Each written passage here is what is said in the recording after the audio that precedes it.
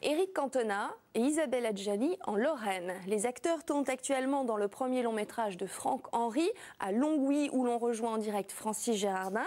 Francis, avant de parler de l'ambiance qui règne autour de vous, un mot sur ce film. Bonjour Hélène, c'est un polar. Le premier de Franck Henry, vous l'avez dit, Franck Henry qui a un parcours particulier, puisque ça a d'abord été un truand qui s'est reconverti dans l'écriture de scénarios. Il a travaillé sur la série du commissaire Moulin et aussi sur celle de Braco. Et là, il va raconter une histoire avec Isabelle Adjani dans le rôle d'une policière et Éric Cantona en truand.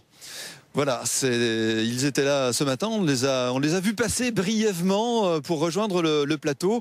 Un plateau qui est soigneusement fermé, ça relève du secret industriel, Hélène, à l'intérieur de l'hôtel de ville où nous n'avons pas pu pénétrer, mais quelqu'un qui a pu y pénétrer, et par la force des choses, c'est le maire, Édouard Jacques. Bonjour. Bonjour. Comment ça se passe à l'intérieur? Bien écoutez, c'est l'effervescence, ça fourmille, tout le monde est sur le pont, toute l'équipe de tournage est en train de travailler autour des acteurs principaux. On voit se dérouler le scénario, notamment l'arrivée d'Éric Cantona qui monte les marches pour se rendre auprès du juge d'instruction, manifestement.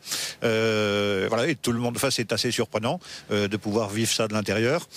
Pour autant, vous avez l'habitude, vous n'en êtes pas à votre premier film à Longwy. C'est exact, ça devient même une tradition et on en est très fiers, on en est très honorés, puisque à la fois à Gouraincourt, ici, aujourd'hui sur la place forte à Longwy, classée au patrimoine mondial de l'UNESCO, on a la chance de disposer d'un patrimoine éclectique remarquable qui suscite l'intérêt d'un certain nombre de tournages. Donc c'est une grande fierté de la ville et aussi dans sa tradition d'accueil, parce que la principale richesse de Longwy, ça n'est pas sa ressource fiscale, c'est sa chaleur humaine.